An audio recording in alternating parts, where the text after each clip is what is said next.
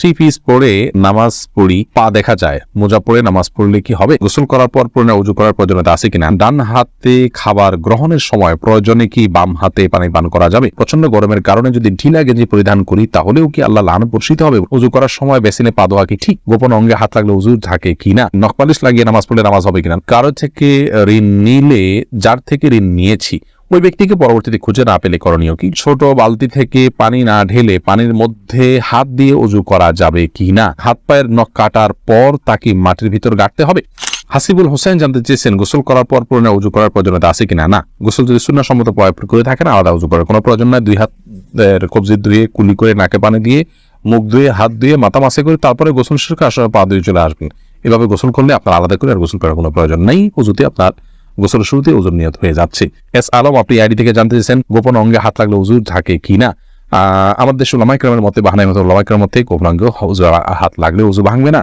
তবে আরবিন স্কলাররা সৌদি উলামায়ে কেরাম তাদের মতে গোপন অঙ্গে হাত লাগলে উজু ভেঙে যাবে, যেহেতু আপনার একটা হাদিস রয়েছে যে মান মাসসা যাকারাহু ফালইয়াতাওয়াদ্দা। এজন্য তারা হাত লাগলে বলতে কাপড়ের উপর দিয়ে নয়, সরাসরি যদি কেউ গোপন স্পর্শ করে তারা ওটাকে ওযু ভঙ্গের কারণ হিসাবে উল্লেখ করেন। অতএব সেই জায়গা থেকে এটা ওযু ভঙ্গের কারণ তাদের মতে, আমাদের উলামায়ে মতে এটি ওযু ভঙ্গের কারণ না। এমনি আমজাদ হোসেন জানতে চেয়েছেন হাত পায়ের নখ কাটার পর তাকে মাটির ভিতর গাড়তে হবে? যেহেতু এটা মানুষের শরীরের অংশ, ময়লা আবর্জনা ফেলার জায়গায় না ফেলে এটাকে কোনো মাটিতে দাফন করলে সেটা উত্তম ভালো কাজ, কিন্তু এটি ফরজ ওয়াজিবের মতো কোনো কাজ নয় যেটা না করলে গুনাহ হবে। উচিত করতে পারলে ভালো হয়। ফারজানা রহমান শারমিন জানতে চেয়েছেন প্রচন্ড গরমের কারণে যদি ঢিলা গেঞ্জি পরিধান করি তাহলেও কি আল্লাহ লানত বর্ষিত হবে? বোন ফারজানা, যদি বাসা বাড়িতে আপনি পড়েন তাহলে তো আল্লাহ লানত বর্ষিত হওয়ার কোনো প্রশ্নই ওঠে না। যদি গায়ে মহানামের সামনে এসে পড়ে না যান, আপনি বাসায় পড়ার পর উপর দিয়ে পাতলা না পরে নেন যাতে আপনার সৌন্দর্য প্রকাশিত না হয় গায়ে মহানামদের সাথে। এরকম যদি চলেন তাহলে কোনো অসুবিধা নেই বাসা বাড়িতে। আর বাসা বাড়ির বাইরে যদি আপনি যান তাহলে সেক্ষেত্রে বোরকার নিচে যদি আপনি এ ধরনের পোশাক পরেন কোনো অসুবিধা নেই ইনশাআল্লাহ বিদিনিল্লাহ। অর্থাৎ আপনার পর্দা বাইরে যখন যাবেন পর্দা মেনটেন করতে হবে। গরম এর কষ্ট যত বেশি জাহান্নামের গরমের কষ্ট তার চাইতে অনেক বেশি। অতএব পর্দা লঙ্ঘন যেন না হয়, পরপুরুষের সামনে যাতে আপনার পর্দা লঙ্ঘিত না হয় সে বিষয়ে আপনি খেয়াল করবেন। এছাড়া বাকি অবস্থাতে আপনি করতে পারেন। এমনি ইফতিখার শুভ আপনি জানতে চেয়েছেন নখপালিশ লাগিয়ে নামাজ পড়লে নামাজ হবে কিনা? নখপালিশ লাগিয়ে যদি আপনি ওযু করেন তাহলে ওযু হবে না, আর ওযু না হলে নামাজ হবে না। অতএব বলতে পারেন নখপালিশ লাগিয়ে ওযু করে নামাজ পড়লে নামাজ হবে না। কিন্তু যদি ওযু অবস্থায় নখপালিশ লাগিয়ে আপনি নামাজ পড়েন ওযু অবস্থায় তাহলে ওই নামাজটা হবে। পরবর্তীতে আবার যখন নামাজের সময় হবে বা ওযু ভাঙবে তখন আপনাকে নখপালিশ রিমুভ করে তারপর ওযু করতে হবে, অন্যথায় এটি জায়েজ হবে না। মা বোনরা মাসিকের দিনগুলোতে নেল পালিশ ইউজ করতে পারেন, কোনো অসুবিধা নেই, যেহেতু তখন নামাজের অপশন তাদের নেই। কিন্তু পরবর্তীতে আবার নামাজ যখন শুরু হবে তার আগে তাদেরকে সেটি রিমুভ করে নিয়ে তারপর উজু করে নামাজ পড়তে হবে। মোহাম্মদ আরাফাত ইসলাম জানতেছেন ডান হাতে খাবার গ্রহণের সময় প্রয়োজনে কি বাম হাতে পানি পান করা যাবে? প্রয়োজনে বলতে কি ডান হাতে পানি পান করা উচিত, খাবার গ্রহণ করা উচিত। ইভেন আপনার খাবার খেলে আঙ্গুল চেটে তারপরে আপনি ডান হাতে ধরে খাবেন। যদি আমাদের ওলামায়ে কেরাম বলেন যে বাম হাতে আপনি পানির পাত্র ধরলেন, ডান হাত দিয়ে ঠেক দিলেন, তার মানে দুই হাত ধরে খালেন, এটা জায়েজ আছে, এটা একটা পন্থা মাত্র, কিন্তু সবচেয়ে উত্তম হয় সরাসরি ডান হাতে খাওয়া।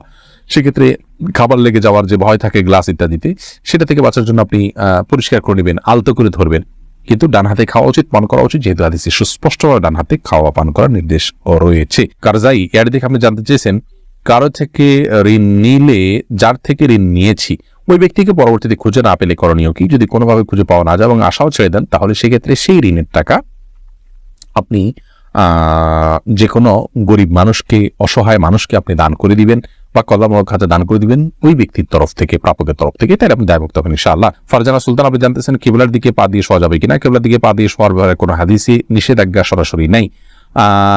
তারপরও ওইদিকে কেবলা রয়েছে, সেই জায়গা থেকে কেবলার প্রতি শ্রদ্ধার জায়গা থেকে কেউ যদি দিকে পা না দেন ভালো, কিন্তু এটাকে হারাম বলা বা নাজায়েজ বলা বা গুনাহের কারণ বলার কোনো সুযোগ নেই, যেহেতু কোন হাদিসে এই বিষয়ে কোনো নিষেধাজ্ঞা নেই। নিশান আপনি জানতে চেয়েছেন ওযু করার সময় বেসিনে পা দেওয়া কি ঠিক? নিজের বাসা বাড়িতে অসুবিধা নেই, করতে পারেন, তবে আপনার রিস্ক মুক্ত হওয়াটা বিষয়ে মাথা রাখতে হবে।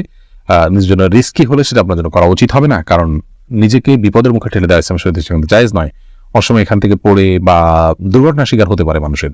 যদি সেরকম না হয় আপনি আশপাশে কিছু ধরে করতে পারেন তাহলে এটা জায়েজ আছে, কিন্তু পাবলিক প্লেসে বা বাইরে এরকমটি করা অনুচিত, যেহেতু এটা দৃষ্টিকটু। অন্য ধরনের মানুষরা আছে যারা এই বেসিন ব্যবহার করবে, তারা দেখে হয়তো ইসলাম সম্পর্কে বাজে ধারণা নিবে বা তাদের হক নষ্ট হতে পারে বা আশপাশে পানি পড়ে ভিজে যাবে, জায়গাগুলো নষ্ট হবে। সেই জায়গা থেকে পাবলিক প্লেসে এমনটি না করা উচিত, কিন্তু করলে অজু হয়ে যাবে। ফারিয়া এনামুল, আপনি জানতে চেয়েছেন ছোট বালতি থেকে পানি না ঢেলে পানির মধ্যে হাত দিয়ে অজু করা যাবে কি না? যাবে। হাত দিয়ে কোষ করে উঠিয়ে আগে হাত ধোবেন 3 বার, এরপরে আবার আপনি কোট দিয়ে স্বাভাবিকভাবে উজু করতে পারেন, কোনো অসুবিধা নেই। নবী সাল্লাল্লাহু আলাইহি ওয়াসাল্লাম এই পদ্ধতিতে উজু করেছেন।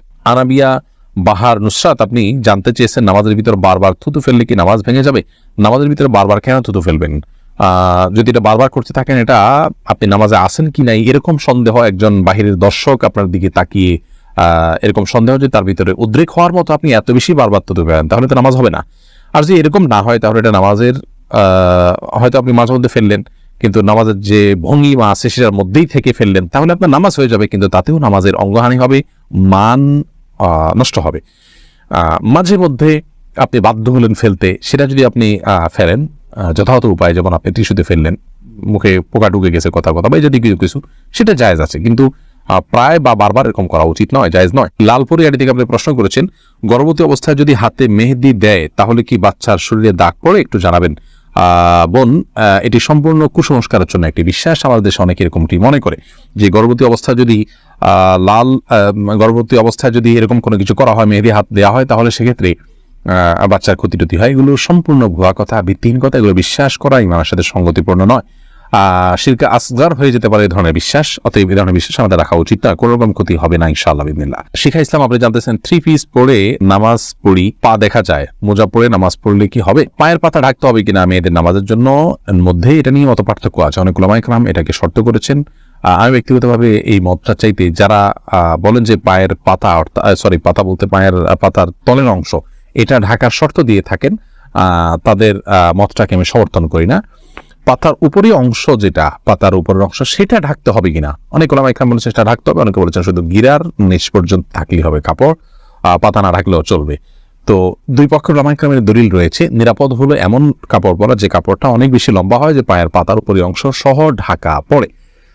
তলা ঢাকার জন্য, মোজা পরার জন্য আলাদা করে কষ্ট করা বা কসরত করা এটা আবশ্যক নয়। ইনশাআল্লাহ বিসমিল্লাহ নামাজ হয়ে যাবে যদি কেউ মোজা না পড়ে। আকলিমা আখি, আপনি জানতে চেয়েছেন মুসলমান মেয়েরা ধুতি সালোয়ার পড়তে পারবে কিনা? এটা পরা উচিত নয়। ধুতি যেহেতু হিন্দুদের একটা ধর্মীয় পোশাক বলা যেতে পারে, হিন্দুদের একটা কালচার, সেই কালচারের অনুকরণ মুসলমানদের জন্য করা জায়েজ নাই। মুসলমানের জন্য অন্য আপনার মুশরিকদের বা আল্লাহ প্রতি যারা বিশ্বাস রাখেন না সেই সমস্ত মানুষদের সংস্কৃতির অনুসরণ করা জায়েজ নয়। সেই জায়গা থেকে ধুতি সালোয়ারটা যেহেতু অনেকটা ধুতির মতো, আপনার পায়ের দিকে একটু উঠে থাকে ধুতির মতো, এটা একজন মুসলমান নারীর জন্য ব্যবহার করা উচিত না। এটা অমুসলিমদের সাথে সাদৃশ্য গ্রহণ করা। নবী সাল্লাল্লাহু আলাইহি ওয়াসাল্লাম বলেছেন, মান তাশাব্বাহা বিকওমিন ফাহুয়া মিনহুম, যে ব্যক্তি কোনো জাতির সাথে সাদৃশ্য গ্রহণ করছে তাদের অন্তর্ভুক্ত। আবু দাউদের বর্ণিত হাদিসের আলোকে এটি করা উচিত না।